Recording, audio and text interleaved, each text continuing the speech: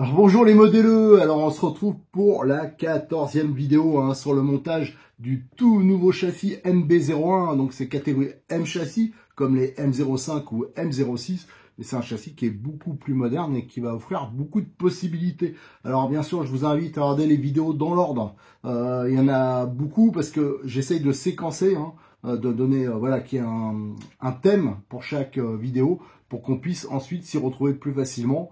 Si on fait un listing, et aussi par rapport aux photos que je mettrai par la suite sur le forum de rcmag.com. Alors sur celle-ci, on va s'attaquer à une étape que je redoute particulièrement parce que j'avoue que je n'aime pas ça. C'est pas que j'arrive pas trop, j'avoue que ça me gave, c'est la carrosserie. Et pourtant, j'aime bien Tamiya, parce que Tamiya, c'est quoi avant tout? C'est des carrosseries. Ce qu'il y a en dessous, bon, si c'est important bien sûr, mais souvent on les prend parce que les carrosseries sont jolies ou parce qu'elles sont originales. Je prends l'exemple des coccinelles, des 2 chevaux, voilà, les voitures comme ça, ben on les trouve pas beaucoup dans d'autres marques. Donc voilà, donc ça c'est ça aussi que j'aime chez Tamiya, et le résultat final aussi, mais oh là là, la découpe, la peinture de la carrosserie, la pose des autocollants, ça met un temps, si on veut soigner, un temps fou. Allez, on va s'attaquer donc à cette étape que je redoute particulièrement. L'étape de montage 40, c'est le perçage des trous et la découpe de la carrosserie. Allez, on réattaque par l'étape 40. Alors là, c'est le genre d'étape que je redoute, c'est la découpe de la carrosserie, et ça sera suivi par tout ce qui est peinture. Surtout celle-là, en peinture, il y a du taf, parce qu'il y a le moteur à faire. Et il y aura la pose des autocollants. Alors là, je redoute encore plus. Donc, mais bon, c'est vrai que le résultat, après, il est super sympa. Mais alors, ce qui me fait un peu hésiter, est-ce que je me fais une carrosserie pour rouler, donc un peu plus simple, ou alors est-ce que je me fais direct une carrosserie qui pourrait servir, bon, un peu le roulage, mais surtout de l'expo. Mais c'est vrai que pour le roulage, il faudrait que je fasse quand même gaffe.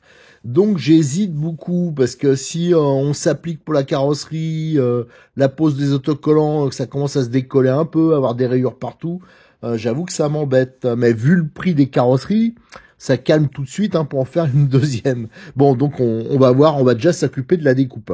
Alors je sais que pour la découpe, il y a une école, là je pense que c'est les spécialistes, eux, ils le font au cutter, comme c'est d'ailleurs indiqué sur la notice, à part les parties droites qui font au ciseau. Moi je fais, comme j'ai toujours fait, avec des ciseaux Alexandre, c'est vrai que c'est des ciseaux courbes. Alors je vous montre ça, là c'est pour les débutants, vous voyez, ils sont légèrement courbés, ça permet de faire de beaux arrondis. Alors c'est des ciseaux, j'en ai toujours plusieurs, pourquoi? Parce que au bout de quelques carrosseries, ça coupe moins bien. Donc je le change, ça vaut 10 €. Ça, je l'ai pris chez Cyril aussi. Et franchement, ça fait du beau boulot, quoi. Mais une fois qu'il coupe plus suffisamment pour les carrosseries, j'utilise dans ma caisse de terrain. Ça me sert à couper les colliers, enfin à plein de choses. Ça, c'est toujours utile. J'ai vu, alors je les ai pas encore testés. Il y a Hobbytech qui a sorti une gamme de ciseaux. Alors il y a le courbe et là, c'est le droit. Voilà, donc ça c'est pour ceux qui veulent voilà, avoir les spécialistes de la carrosserie, je pense. Bien sûr, il faut une bonne paire, ceux-là ils coupent super bien pour les parties droites de ciseaux. Et c'est déjà pas mal. Alors je vais faire ma découpe, alors c'est bien indiqué sur la notice, à noter que d'habitude, de plus en plus sur les carrosseries Tamiya, si vous regardez celles que je vous présente, les kits récents, souvent les tours de roue sont déjà découpés. Là, c'est pas le cas. Bon, c'est dommage. Et surtout, à 90% des fois, les trous sont percés pour la carrosserie. En plus, ils sont un peu oblongs, ils sont super bien faits.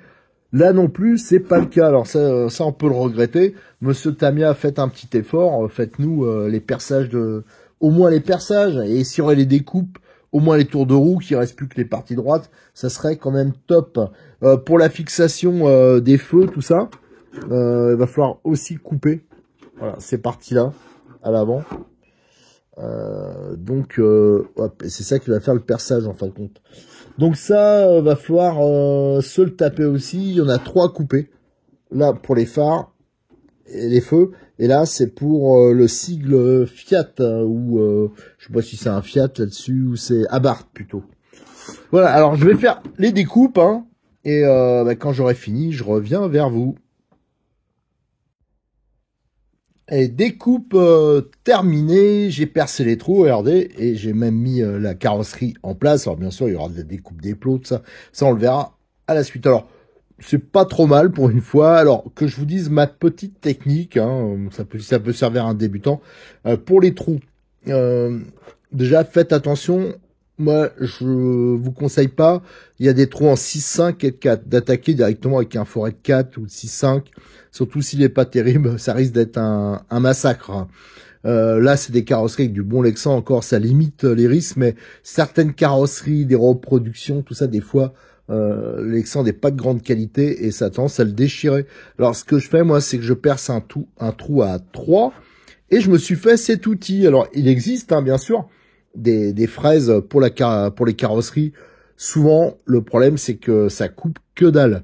Alors, j'avais acheté ça dans un magasin de bricolage, ce genre de fraises qui existe maintenant. J'ai vu qu'il y en a aussi chez, de temps en temps chez Lidl.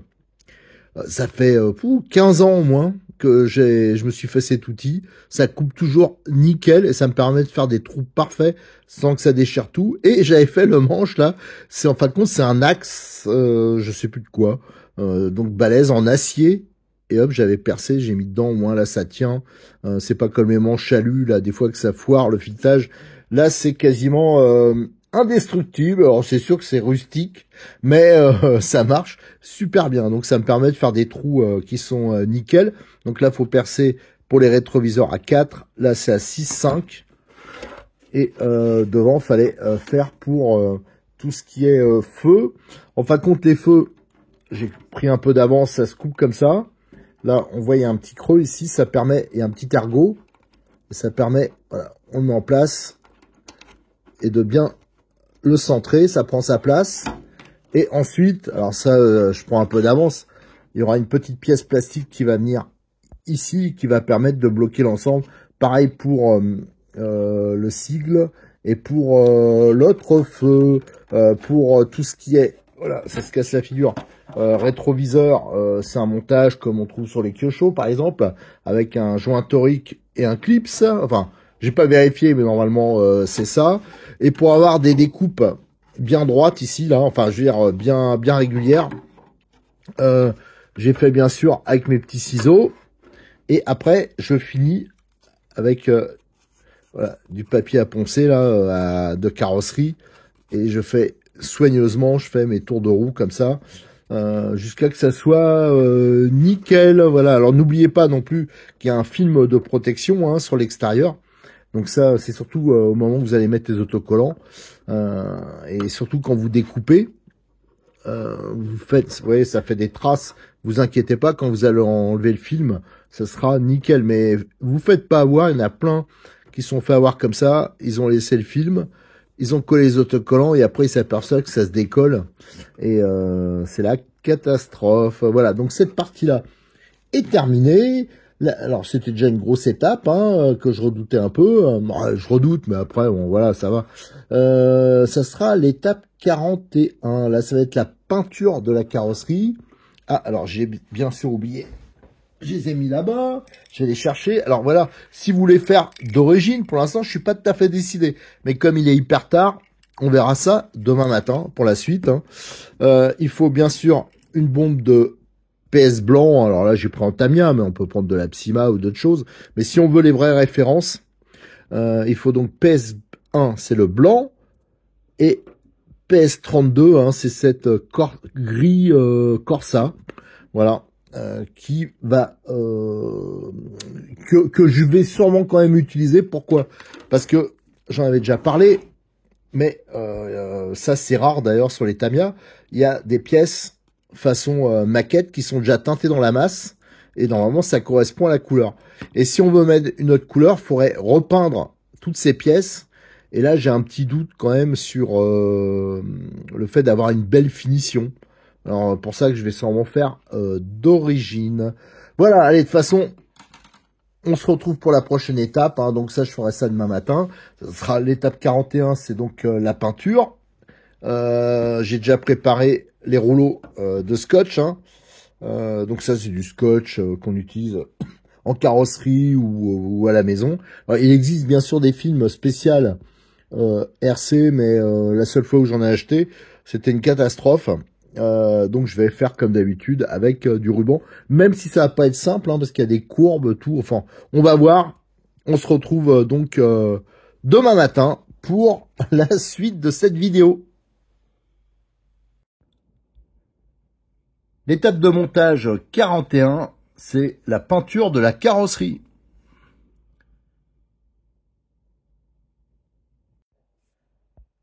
Alors, un petit point intermédiaire. Alors, j'ai nettoyé la carrosserie. Donc ça, c'est un gros boulot. Alors, moi je le nettoie avec du liquide vaisselle, hein, alors très dilué, avec de l'eau. Et surtout, je le rince à l'eau froide. Ça, c'est vraiment important. Autrement, ça va vous faire des taches si on le fait à l'eau chaude. Autrement, là, j'ai fait le masquage. Alors, c'est vraiment pas facile de suivre, hein. Donc, il y a du masquage à l'avant, à l'arrière, sur les côtés. Enfin, voilà. Là, il y a quand même du boulot. Là, c'est prêt à peindre. Alors, surtout, faut se laver les mains sans arrêt. Et là, qu'est-ce qu'on a?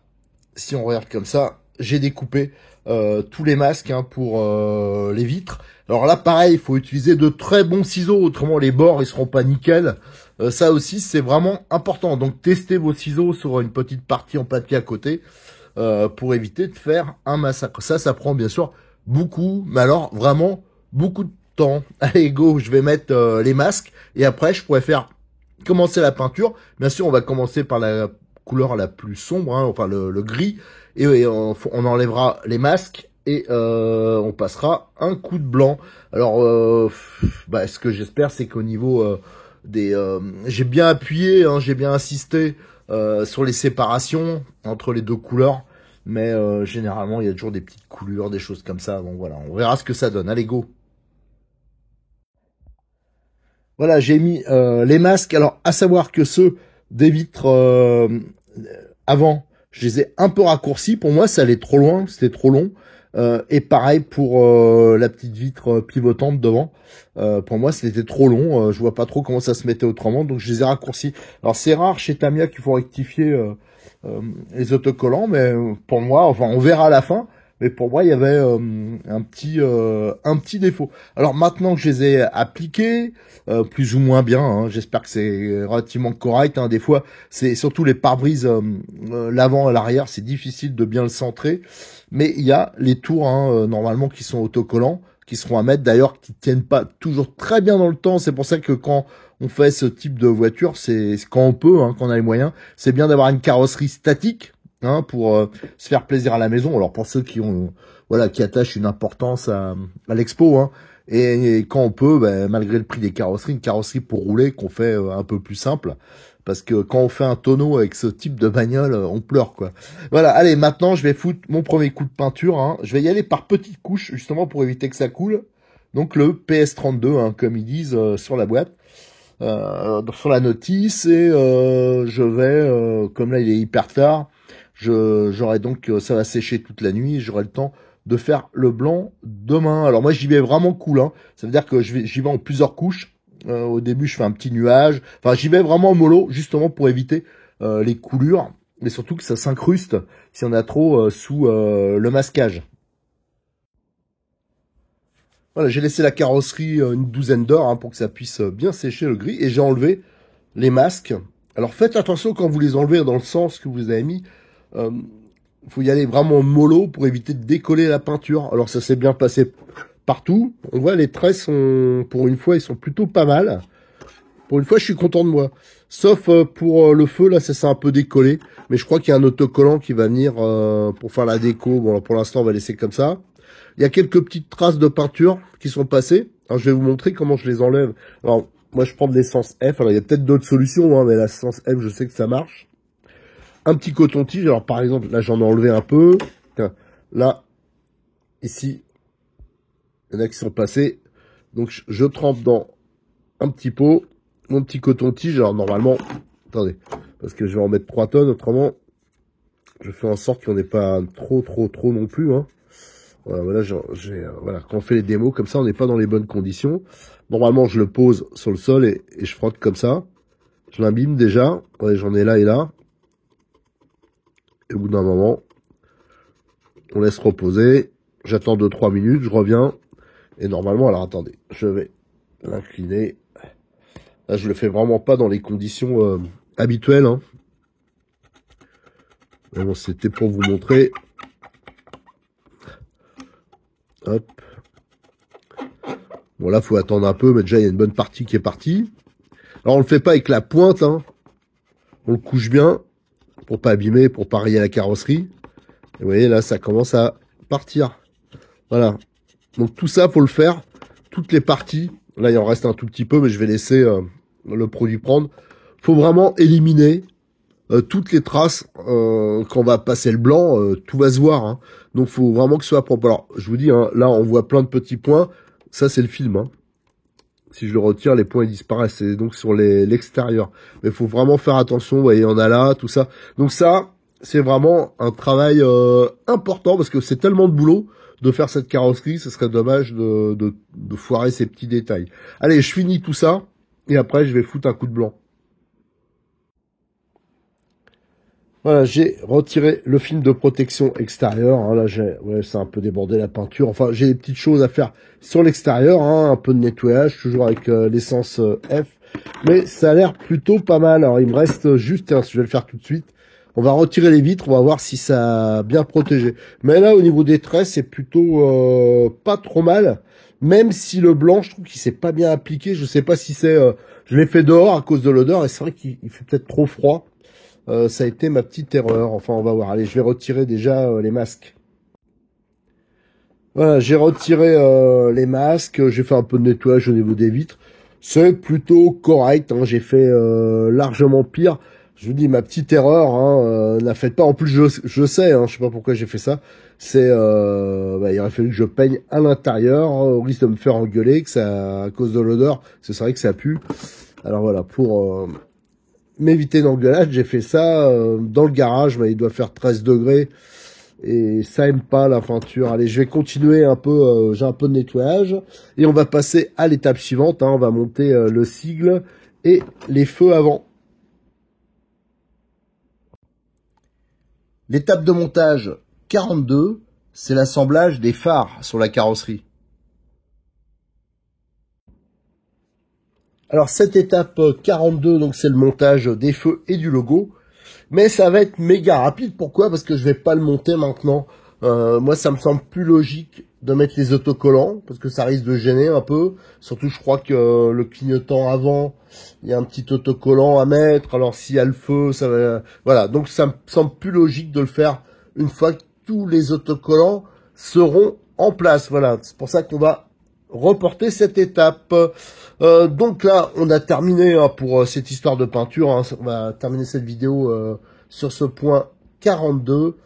La prochaine vidéo, ce sera la 43 et on va faire la 44 en même temps. Tout ça, c'est la pose des autocollants et c'est un gros taf. Donc ça méritera une vidéo complète. Allez, merci, à très bientôt donc sur notre chaîne YouTube. N'oubliez pas de liker et de vous abonner à notre chaîne.